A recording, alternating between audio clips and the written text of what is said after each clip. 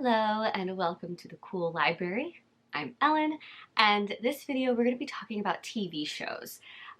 Mainly the TV shows that I watched last year, plus my least favorite and my favorite TV shows. I don't talk about TV shows a lot on this channel, but I do enjoy TV shows. But I think the reason I don't talk about them that much is because I haven't really been watching that many TV shows. But I want to change that for 2024. I want to focus on watching a lot more TV shows because I have a huge list of TV shows that I just want to watch and I just haven't been getting to them. So hopefully I can do that for this year. But I think in order to do that, I need to see how much I watched this year and what I watched this year. Come up with like what my standard was to try and see if I can do better for this year. You know what I mean? Anyway, hopefully. But we're gonna have a real casual in my bed video for this. This one also shouldn't be too long. I'm also sorry this is so incredibly late. Editing has been taking so long. I've also been sick and on vacation. So there's a lot of excuses that I have for this being late. But hopefully you're still interested in this. But yeah, let's go through the TV shows. So this video will be in 3 parts. Part 1, so I'm just going to go through all the TV shows and tell you if I liked them, if I loved them, or if I disliked them. That is typically how I rate my television shows because I for some reason I can't figure out like a 5-star rating system for TV shows. I think it's because there's like multiple episodes and like there's some episodes I like, some episodes I don't like, and it's like how do I come up with a 5-star rating for an entire season? Anyway, so I just do dislike, like, and love. And then we're not going to do stats because I did not keep track of statistics for my TV shows. But I am going to go to the second part, which will be my 5 least favorite TV shows of the year. And I'm doing 5 because I don't have enough TV shows, I think, to do 10. And then the third and final part will be my top 5 favorite TV shows of the year. Again, don't really have enough to do a 10. So let's get into it. The first show I watched was The Recruit, Season 1, which I disliked. A rewatch Boy Meets World, Season 2, which I liked. Abbott Elementary, Season 2, which I liked. National Treasure, Edge of History, Season 1, I liked. You, Season 4, I liked. Lockwood & Co., Season 1, I liked. Daisy Jones and the Six, Season 1, I liked. Shadow and Bone, Season 2, I loved. Secrets of Sulphur Springs, Season 3, I liked. The Night Agent, Season 1, I liked. Jury Duty, Season 1, I loved. Schmigadoon, Season 2, I liked. Queen Charlotte, Season 1, I loved. School Spirits, Season 1, I liked. Citadel, Season 1, I disliked. Our Flag Means Death, Season 1, I disliked. Exo Kitty, Season 1, I loved. American Born Chinese, Season 1, I disliked. The After Party, Season 2, I liked. Heartstopper, Season 2, I loved. High School Musical, the series, Season 4, I liked. Game Changer, Seasons 1 and 2, I liked. Only Murders in the Building, Season 3, I loved. Living for the Dead, Season 1, I liked. Make Some Noise, Season 1, I liked. And lastly, The Floor is Lava, Season 3, I liked. Okay, now, let's go through my 5 worst TV shows of the year. Now I feel bad talking about the worst things, but we'll do it. So I'm going to start from, I guess, the best of the worst to the worst of the worst. So at number 5, I have the 2nd season of Schmigadoon. I really enjoyed the 1st season of Schmigadoon, and I still enjoyed the 2nd season of Schmigadoon, but I could just tell that it kind of felt like they were running out of ideas. So Schmigadoon, we have a couple played by Michael Keegan-Key and the girl from SNL. I can't remember her name right now, but they're a couple. And so this couple, they're having relationship problems. So they try this thing where they like go on a hike and like, it was like, I forget what it was called, but it was like some sort of program where like you hike and whatever. They get lost and they find themselves in a town called Schmigadoon, where it's a musical. They're in a 50s musical. And now they're just trying to get out and escape. But this helps them like heal their relationship problems pretty much. And then the second season, they want to go back to Schmigadoon because they're realizing their real life sucks and Schmigadoon was actually kind of nice. Instead of getting to Schmigadoon, they find themselves in Chicago, where there are no happy endings. But again, still like the same actors, just playing different characters in this town. And I also, what I love about this too is we also have a lot of like Broadway stars and Broadway legends in this television show. So I really like the fact that they bring Broadway people into the show. But it is not one of my favorite TV shows for this year. And it didn't have the same feeling as the first season. And it's one of those things where I'm like, maybe it's not supposed to have the same feeling because the first season was all like, 50s and 40s musicals, while this one was more like, like 70s, 80s musicals in the sense of like you got Chicago, you got Annie, you got a bunch of musicals that don't have happy endings, while the first season had musicals with happy endings. So I appreciate this TV show. I really do, and I do find it funny, but there was something about the second season that just didn't have the same spark that the first season did for me. So I found myself just kind of like struggling through the episodes. It was still a like, and I also found out that the show did get canceled, so we're not going to get a third season, which I think I can see why. Number 4, I have American Born Chinese. It's weird because I don't want to, I know I disliked this show, but the thing is I don't know why I disliked this show. I couldn't even finish the show because I was not enjoying it. But I don't think there was anything inherently wrong with it. Like, I think it was shot well, and I think it was like a good story. I just wasn't interested in it. And I found myself watching and just being like, I don't feel like going on to the next episode. I think I watched like 3 episodes, and that's typically the amount of episodes I give a TV show before I decide if I'm going to continue or just stop watching it. There was just something about this that I just wasn't into. I don't know, it wasn't like hooking me or grasping me, and I think this will definitely be good for other people. I just don't think this show, not saying it, I don't want to say it wasn't for me. This is a show where I don't know what to say about it because I don't think it's bad. I just didn't like it. I just couldn't find myself wanting to watch it. This show is about a teenager. He's American, but he looks Chinese. And there's like a new student in the school who is like him. So they just always have this new kid gravitate towards him. And he doesn't want it. He just wants to fit in and be a normal person. But then we find out that this new kid is from like this other world.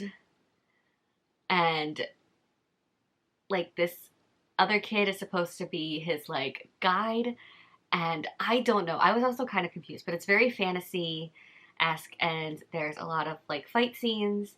I don't know. I just couldn't get into it. Number 3, I have Citadel. This one I didn't like, and I did watch the entire season, but thankfully I think the season, it was only like 6 episodes. It's weird because like I know someone who also watched this show and really enjoyed it, but I didn't. I didn't like the writing. Some of the shots made me dizzy because there's a lot of spinning shots. Basically, they open and end the episode with a spinning shot. And 1, I don't know why they did that. And 2, it just made me feel dizzy every time. So I didn't really like that. I wasn't really into the characters. I wasn't into the story. This is just one that like, I didn't really like it, but I kept watching it hoping it would get better. And there's like a huge twist at the end that honestly I predicted. So I don't know. I just wasn't into this, but we've got these 2 spies. They don't remember that they're spies, and then something happens that brings them together and they have to like try and remember their spyness again. But they also used to have a fling back when they were spies, and I think it's like 7 years later or something that this is taking place, and yeah, they have to take down this organization that, you know, wiped their memories and took them down the last time. But yeah, you're just like uncovering all these secrets and all these things from the past with our main character, which is like, it's interesting. And I usually like spy stuff, but for some reason this one just didn't do it for me. Number 2, I have Our Flag Means Death. This was another one that I didn't finish. I couldn't finish. I think I got 6 episodes in, and I was really thinking I was gonna like this show. I watched a trailer and I was like, oh my god, this looks funny, and it's also Taika Waititi. This looks so funny. I don't think I laughed once watching the television show. I was like, they saved all their funniest stuff for the trailers, and so now there's nothing. But this is about like a rich guy who just really wants to be a pirate, and he becomes a pirate, but he's not very good at being a pirate. He's like, no, let's not fight them. Let's just talk it out like civilized men. And of course, the pirates on his crew are like, no, we gotta fight. And that's pretty much it. It's like their adventures as pirates, but he's just a very civilized man who kind of wants to be a pirate, but not really. I don't know. I thought it was gonna be funny, and again, just couldn't get into it. Again, there's probably tons of people out there who enjoy this show. You are welcome to enjoy the show. I just couldn't get into it. I really couldn't, and it made me sad. Okay, and then my number 1 least favorite television show of the year is The Recruit. Another one I didn't finish, but I got a lot of episodes in. I think I got 6 episodes in, and I just stopped caring. I think the writing was what was awful, because I was so confused. I didn't know what was going on the entire time, and there were so many like cheesy lines. But this is starring Nick Centineo. Is that his name? Noah Centineo. Oh my god. So it stars Noah Centineo. He plays this kid, this like, not kid, but he plays like a young guy who is working for the CIA. I believe it's the CIA. Sorry, it's actually been quite a long time since I saw the show. But he's doing a lot of like grunt work and stuff in the CIA until he finds something, and then he gets to go on the mission. That's all I remember about the show. But yeah, for me, I think it was definitely the writing for this show that I was just like, this is not good writing. And I was so confused with what was going on. I couldn't follow a lot of things. So I just gave up and stopped watching, even though I think I had 2 episodes left. But yeah, I don't have anything really to say about this, except it's my least favorite television show of the year. So now let's move on to my favorite television shows of the year. Before I get into my top 5, I just want to say at least one honorable mention, because trying to come up with this top 5 was difficult because I had 6 that I really wanted to be in my top 5. So my honorable mention would be season 2 of Shadow and Bone. And I'm very upset that they canceled the show and there's not going to be a 3rd season, because I want it. So now let's get into my top 5. At the bottom of my top 5, I have Exo Kitty. I am shocked. I went into this not thinking I was really going to enjoy it, but just wanted to see what it was all about and what it was like, and I loved it. In this, we're following Kitty from the To All the Boys I've Loved Before series. We're following her love life, where she goes to South Korea for school, and she has a boyfriend in South Korea, so she's also going there to like be with her boyfriend, but then finds out her boyfriend might possibly be dating somebody else, and she's devastated. But I love that, like, this kept me guessing, because we do kind of have like a love triangle-ish-esque, and it was just really fun to watch. I ended up, I think, like binging this series, and I don't typically binge, just because I have learned that when I binge TV shows, I tend to become the characters in real life, or whatever is happening in the show I feel like is actually happening to me in real life. So when I binge, I can't distinguish between the show and real life, which is difficult. So that's why I don't typically binge shows anymore. But this one I binged because I got so into it. And you think it's all like cute and fluffy, which it does have cute and fluffy moments, but it also has like really serious and down-to-earth moments. And I'm really excited to see where the second season goes. And number 4, I have Jury Duty. I was obsessed with this show. So Jury Duty is, I don't even know, do I call it a mockumentary or a documentary? But we're following a group of like jury members of a court situation that's going on. So you see the court situation, you see what's going on behind the scenes with all the jury members. One of the jury members is James Marsden. But here's the thing.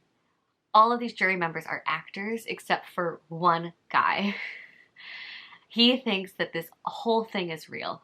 And he is just so sweet. Ronald was just like a really sweet man.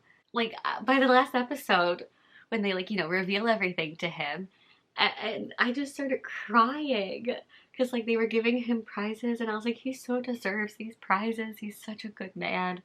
Oh my God. But James Marsden was hilarious playing himself because I think he was playing like an egotistical extreme version of himself. And I don't think that's actually him. But it was just funny. Oh, and then also too, like, I still haven't watched it, but there is a whole like season of the show where you watch the show but with their commentary over top of it. Oh my God. They would do, the actors would do extreme things and it was funny. All right, at number 3, we have season 2 of Heartstopper. As you can tell, I love Heartstopper. It's my calendar for this year. This is based off the comic book series Heartstopper by Alice Oseman, which I have given every single book in that series 5 stars. It is just so incredibly cute, and I love the romances, and I love the different, like, difficult topics that are being discussed and talked about in this show and in the book series.